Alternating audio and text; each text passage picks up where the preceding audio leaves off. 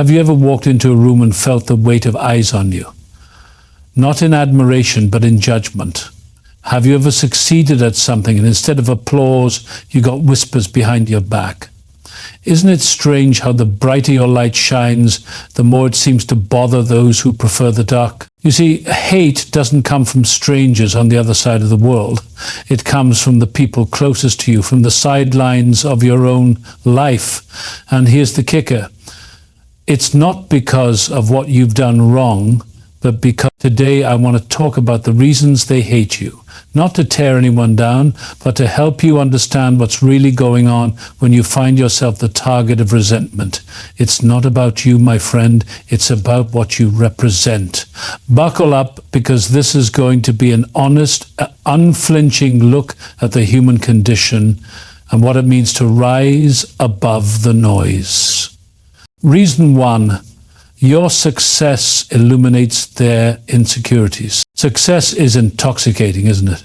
But not just for you, also for those watching from the sidelines. When you succeed, you inadvertently hold a mirror up to those around you, highlighting what they haven't achieved.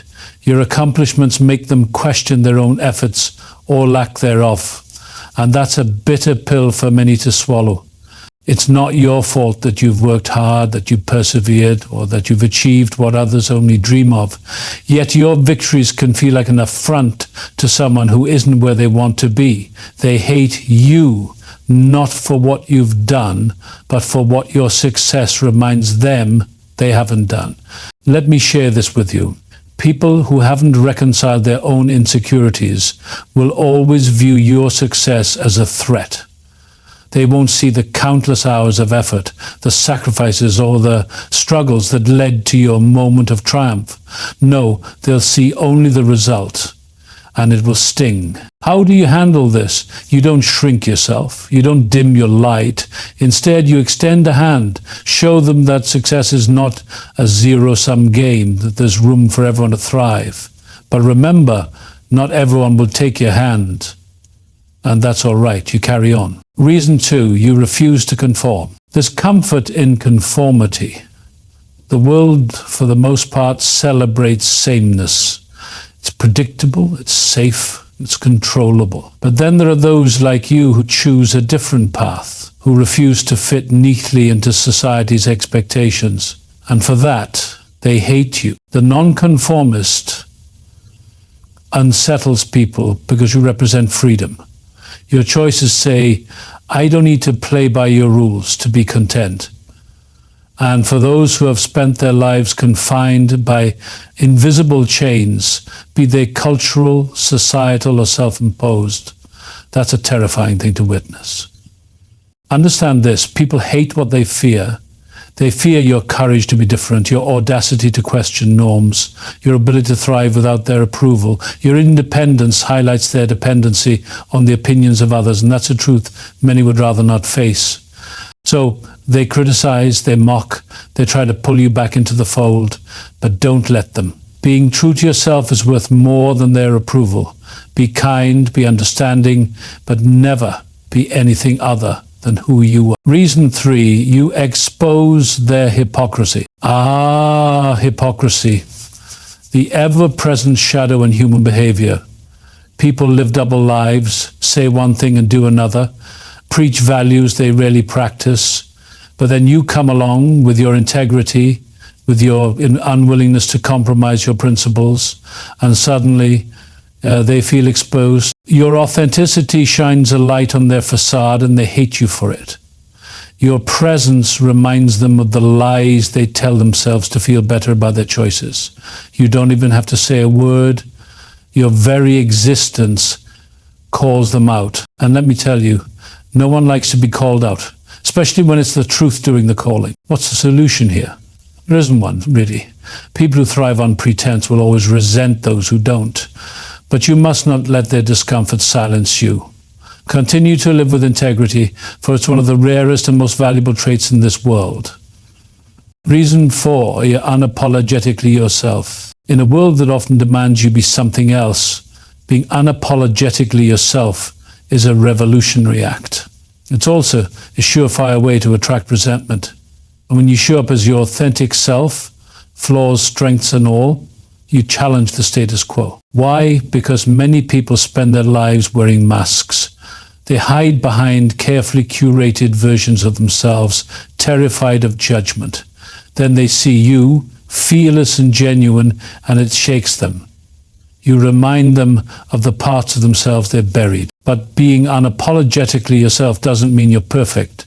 It means you're real. It means you're willing to own your mistakes, to learn, to grow, and to stand firm in who you are. It's a level of self-acceptance that many aspire to, but few achieve. And here's the irony. While they may hate you for it, they also envy you, because deep down, they wish they could do the same. Reason 5, you inspire change. Change. It's one of the most intimidating forces in life. It shakes the foundations we stand on, dismantles the comfort zones we've built, and forces us to confront the unknown. Most people dread it, resist it, and avoid it at all costs. They'd rather cling to what's familiar, even when it's holding them back, than take a chance on the unfamiliar. But then there's you. You step into their lives like a storm, not to destroy, but to transform, question the status quo. You ask the hard questions. You challenge the habits and beliefs that no longer serve them. You bring a mirror, showing them who they are and who they could be if only they were willing to change. That kind of disruption is powerful, but it's also, here's the truth. Some will welcome the storm. They'll see the lightning and feel the thunder, but instead of running for cover, they'll dance in the rain. They'll recognize you as the catalyst they've been waiting for. You'll ignite something within them, a spark of possibility, of courage, of determination. They'll grow because of you, and they'll thank you for it. But others will hate you for it. Not because of who you are, but because of what you represent. You represent change. And change demands something they are not ready or willing to give. Effort, accountability, courage. For them, it's easier to direct their frustration, their discomfort, their fear at you than to face the hard truth. Change is necessary, but it's also hard. Think about it. Change is a mirror, and not everyone is ready to look into it. When you come into someone's life and challenge them to grow, you're holding up that mirror. And sometimes they don't like what they see. It's easier to blame you, to project their anger and insecurity onto you than to face themselves. They might call you names, question your motives, or criticize your approach.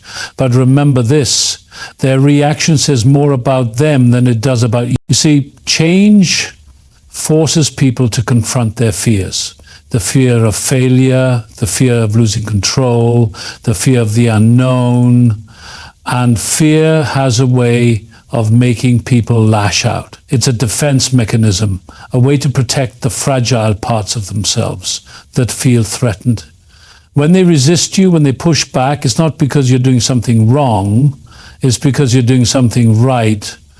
But here's the thing. Your role isn't to make everyone comfortable. Your role is to challenge, to inspire, to lead by example. The storm you bring isn't chaos, it's transformation. It's the kind of disruption that wakes people up, that shakes them out of complacency, that forces them to reconsider what they thought they knew. Not everyone will appreciate it, but that's okay. Growth isn't a group activity, it's personal. And sometimes people need time to process the storm before they can see the rainbow. When you face resistance, don't take it personally. Their hatred, their criticism, their negativity, it's not about you. It's about the battle they're fighting within themselves. It's about their struggle to let go of what's familiar and embrace what's possible. It's about their fear of stepping into a new version of themselves. Your job isn't to fix them. Your job is to plant the seed, to show them what's possible, to be the example they can look to when they're ready. And let's talk about you for a moment. Being a storm isn't easy. It takes courage to challenge the status quo, to question long-held beliefs, to push people to grow. It takes resilience to face criticism, to stand strong in the face of resistance. to keep going when it feels like the whole world is against you. But here's what you need to remember. You're not just challenging others, you're challenging yourself. Every time you inspire someone to change, you're growing too. Every time you face resistance, you're strengthening your resolve. Every time you weather the storm, you're becoming a little bit tougher, a little bit wiser, a little bit more unstoppable. The people who hate you today might thank you tomorrow. It's not a guarantee, but it's a possibility. Because sometimes the very people who resist you the most are the ones who need you the most. They might not realize it now, but one day they might look back and see you for what you are. A catalyst, a guide, a force of nature that changed their lives for the better. So keep going, keep inspiring, keep challenging. Don't let their resistance make you question your purpose. Don't let their negativity dim your light. You're doing the work that matters, even when it's hard, even when it's thankless, even when it feels like no one understands. You're showing people that change is possible, that growth is worth it, that there's a better version of themselves waiting on the other side of the storm. And in the process, you're becoming the best version of yourself. You're learning, you're growing, you're evolving, you're proving to yourself and to the world that change isn't something to fear, it's something to embrace. So stand tall in the storm. Be the lightning, the thunder, the rain that washes away the old and makes way for the new. Because the world needs people like you. People who aren't afraid to disrupt, to challenge, to inspire. People who aren't afraid to bring the storm. Hate is one of those emotions that feels overwhelming, even suffocating when it's directed at you. It's raw, loud, and often irrational. But here's the thing about hate. It's never really about you. It's a reflection, a mirror held up to someone's deepest fears, insecurities, and frustrations. The hate you experience from others is often the byproduct of battles they're fighting within themselves. Think about it. When someone looks at you and sees your success, your confidence, or your willingness to take risks, it forces them to confront what they feel they lack. Maybe they see your boldness and realize how much they've held themselves back. Maybe your growth reminds them of the opportunities they didn't take. High hate, in this sense, becomes a defense mechanism, a way for them to deflect their own discomfort. It's not about you. It's about the shadow you cast on the parts of themselves they'd rather not see. Now, does that make their hate easier to bear? Not always, but it gives you perspective. It gives you the ability to rise above it, to refuse to meet their negativity with your own. And that, my friend, is strength. The easy path would be to lash out, to get defensive, to let their hate dictate your mood and your actions. But tough people, resilient people, know that hate can be a catalyst for something greater. When you feel hate coming your way, let it remind you that you're doing something right. You're making waves. You're standing out in a way that demands attention. People don't throw stones at empty houses. They don't waste their energy on what doesn't matter. The fact that someone takes the time to hate you means, in a way, that you've struck a nerve. You've made an impact. And but here's the part most people don't think about. Hate is transformative, not just for the person who's hated, but for the person doing the hating.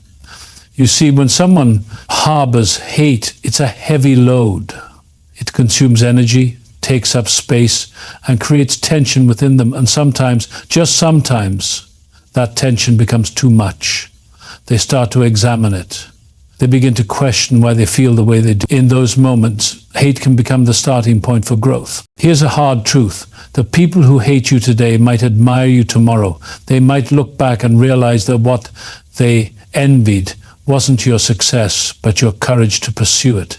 They might come to understand that their criticism was rooted in their own fear, their own insecurities.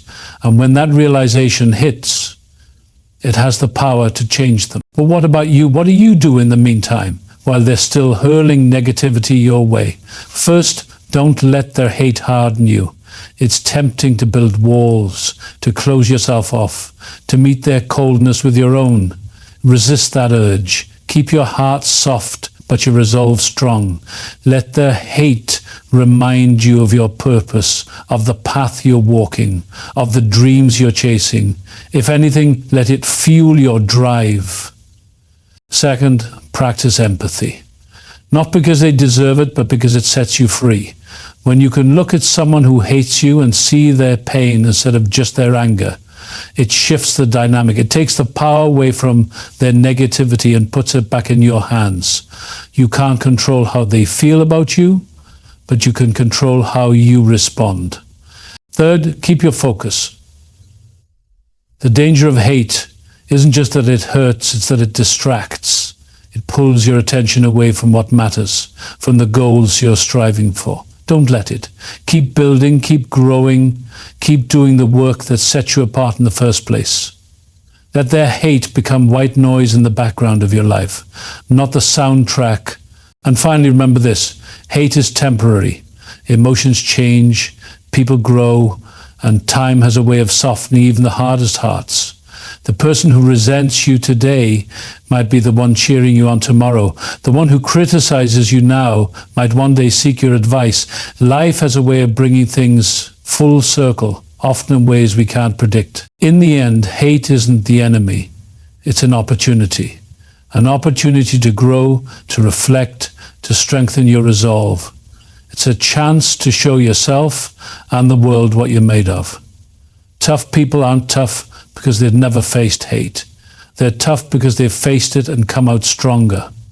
They've taken the negativity thrown at them and used it to build something beautiful. So the next time you feel the sting of someone's hate, take a deep breath. Remember that it's not about you. Remember that it's a reflection of their own struggles, their own fears. And most importantly, remember that you have the power to rise above it. Let it remind you that you're on the right path, that you're living a life worth noticing. Let it strengthen your resolve to keep going, to keep growing, to keep shining. And who knows, one day when the dust settles and the emotions fade, you might just find that the people who hated you the most are the ones who learned the most from you. Maybe they'll thank you, maybe they won't. But either way, you'll know that you stayed true to yourself, that you didn't let their negativity define you. And that, my friend, is